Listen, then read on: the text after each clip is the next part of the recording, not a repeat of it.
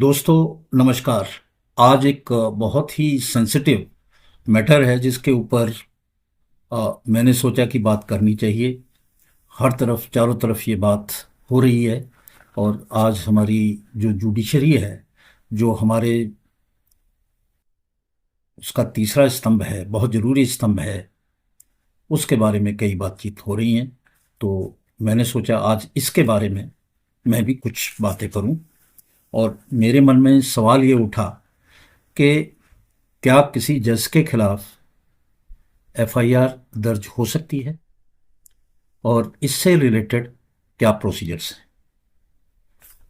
तो उसी पे फोकस करते हुए मैं आगे बढ़ता हूँ। और आज ये बड़ा विवाद का विषय है आज के संदर्भ में, जबकि एक ऐसी घटना हुई और उसके ऊपर सुप्रीम कोर्ट और सारे लोग लगे हुए हैं। क्या परिणाम होगा ये तो कुछ दिनों में पता पड़ेगा, पर कुछ बातें ज़रूरी हैं जिनको मैं शेयर करना चाहता हूँ। देखिए, जजिस को अगर वो जुडिशियल अपना जजमेंट जो है दे रहे हैं, जुडिशियल कुछ उन्होंने काम किया है और गुड फेथ में किया है, तो उनको जो सेक्शन 77 होता था, 77 आईपीसी, और अब बीएनएस में वो 15 बीएनएस है, 15 बीएनएस, उसमें है कि अगर वो जुडिशियली एक्टिंग कर रहे हैं गुड फेथ में तो उनके खिलाफ कार्रवाई नहीं की जा सकती। ये प्रोविजन आईपीसी यानी कि भारतीय न्याय संहिता का सेक्शन 15 है। अब थोड़ा सा और आगे बढ़ें और स्पष्ट रूप से कहें, मैं कहता हूं कि किसी भी जज के खिलाफ, हाई कोर्ट के या सुप्रीम कोर्ट के किसी भी जज के खिलाफ कोई भी क्रिमिनल प्रोसीडिंग नहीं हो सकती जब तक के सीजेआई को कंसल्ट करके सीजेआई इस बात की रिकमेंडेशन नहीं देता है। Chief justice of India, Bharat का चीफ जस्टिस ऑफ इंडिया इस बात की जो है रिकमेंडेशन नहीं देता है, उसके खिलाफ कोई भी क्रिमिनल प्रोसीडिंग नहीं हो सकती। ये बेसिक है। और ये कहाँ पे है?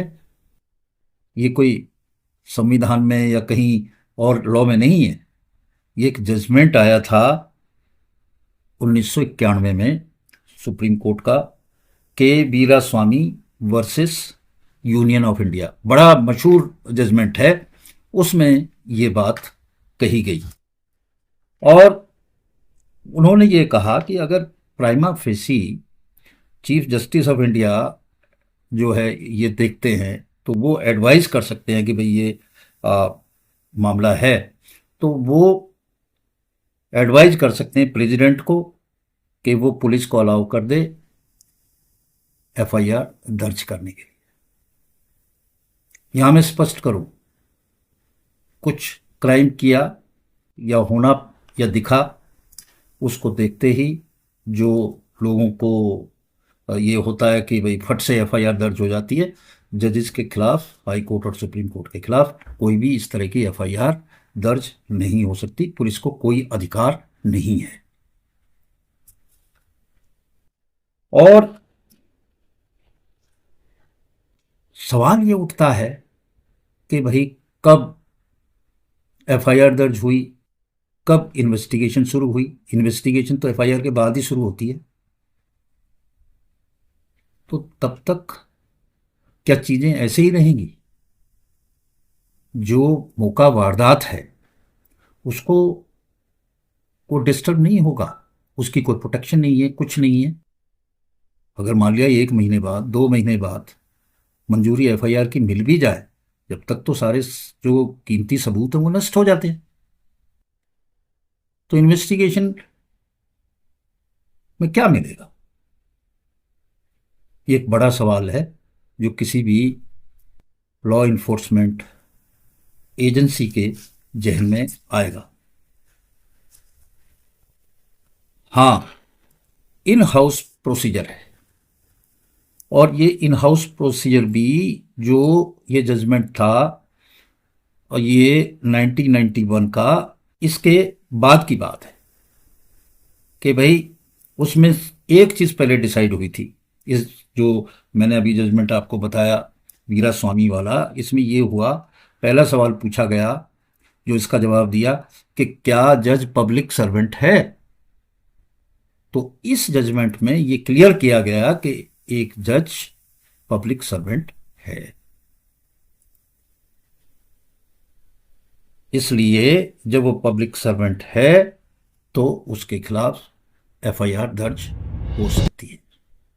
परंतु राइडर है कि उस पर रिकमेंडेशन होनी चाहिए चीफ जस्टिस ऑफ इंडिया, तो ही होगा, पुलिस को कोई अधिकार नहीं।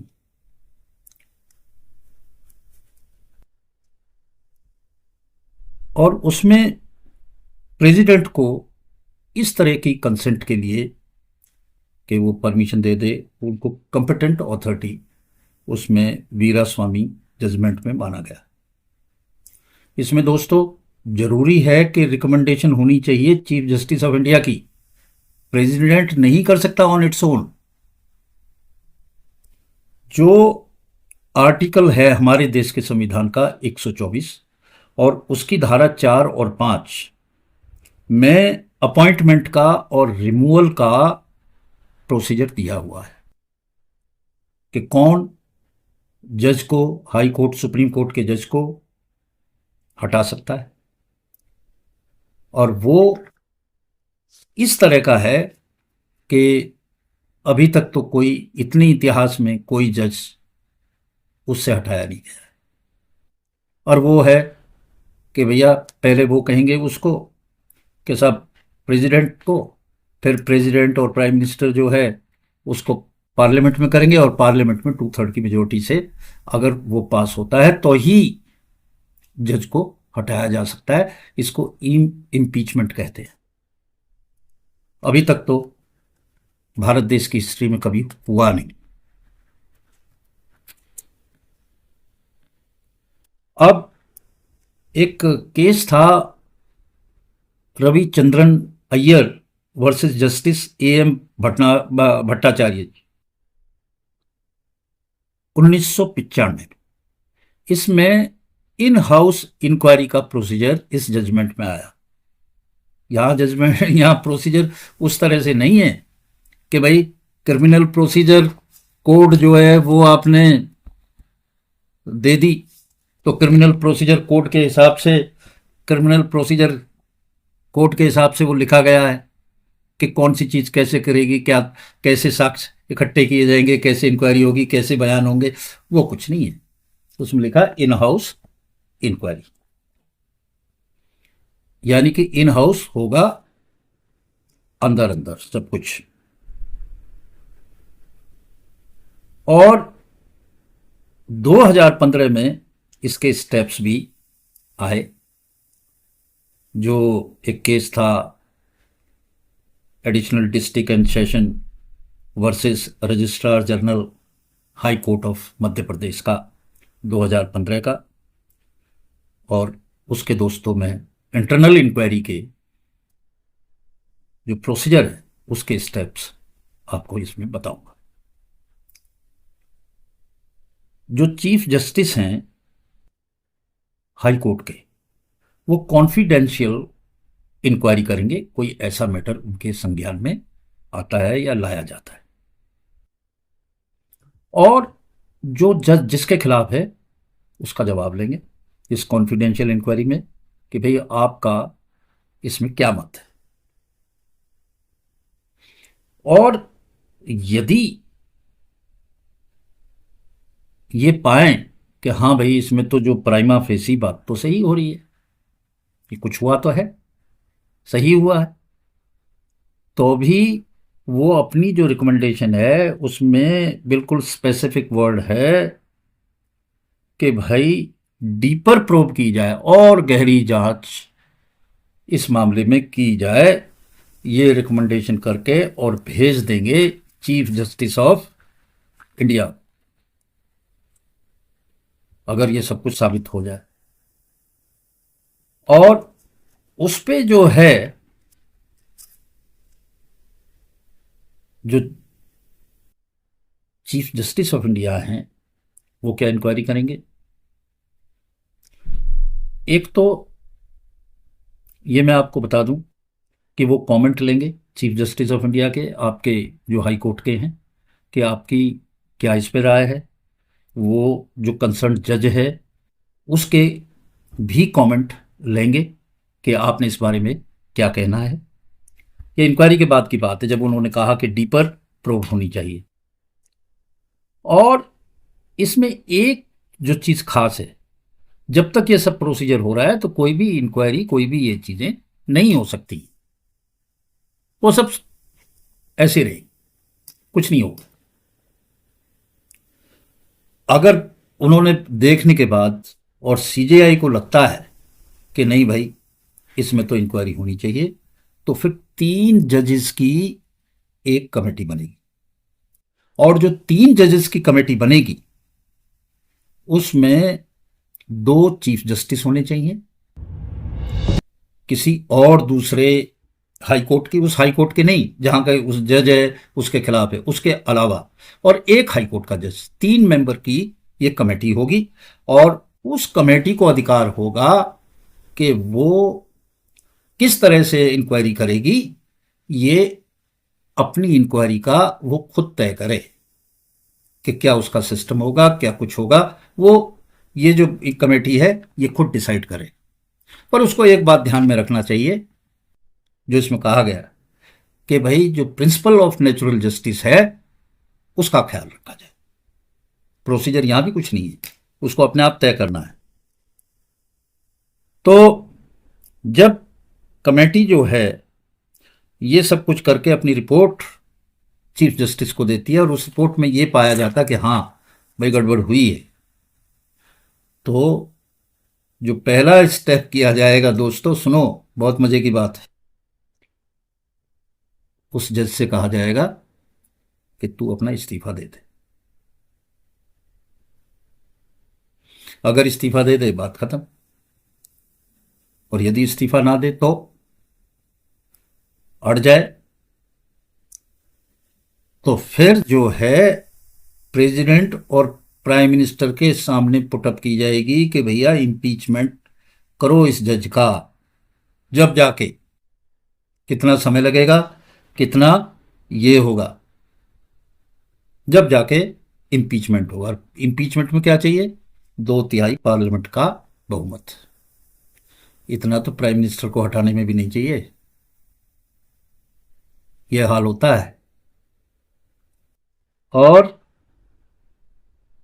एक चीज और मैं यहां पे कहना चाहता हूं कि जो हमारी आरटीआई है वो इन पे लागू नहीं है, जो लोकपाल वो लागू नहीं है, और जो हर एक पब्लिक सर्वेंट को अपनी संपत्ति का ब्यौरा देना होता है हर साल, जिसको प्रॉपर्टी रिटर्न कहते हैं, उसकी कोई बंदिश नहीं है, कोई दे या ना दे। ये सब है। सवाल यहां पे बेसिक उठता है कि आप प्रोटेक्शन करते करते कितने लोग इस प्रोसीजर का जो प्रोटेक्शन है जजेस के लिए उसका नाजायज इस्तेमाल नहीं कर रहे हैं कि उनको कोई छू नहीं सकता, और उसका फायदा उठा के आराम से सेफ हेवन में रह रहे हैं। क्या एक आम जजमेंट में भी पब्लिक सर्वेंट के खिलाफ, किसी पुलिस वाले के खिलाफ कोई जजमेंट होता है तो आमतौर पे एक बात माननीय कोर्ट कहते हैं कि भाई इनके खिलाफ तो सख्त एक्शन होना चाहिए, क्योंकि अगर कानून का जानने वाला ही करेगा तो उसको तो ज्यादा सख्ताई से डील करना चाहिए। तो क्या बात, ये बात इनके लिए सही नहीं है? ये तो कानून के सब कुछ जानने वाले हैं, इतना तो कोई भी नहीं जानता है, और फिर कोई इस तरह का एक्ट करे तो क्या इनके खिलाफ एक्शन सख्ताई से नहीं होना चाहिए?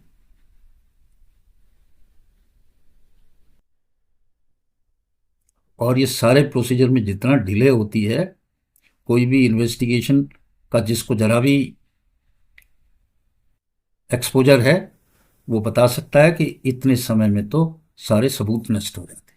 वो केस भी इतना वीक होगा कि मुझे नहीं लगता कि कभी ऐसे केस में कभी प्रूव हो सके, सबूत इतने जुट सके।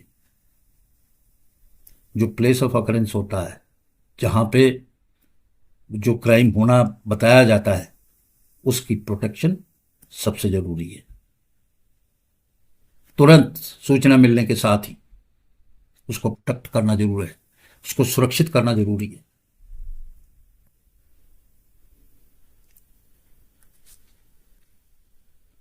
अब जो इंक्वायरी है जो कर रही है कि इसने किया कि नहीं किया, उस कमेटी को इन्वेस्टिगेशन का कितना एक्सपीरियंस है?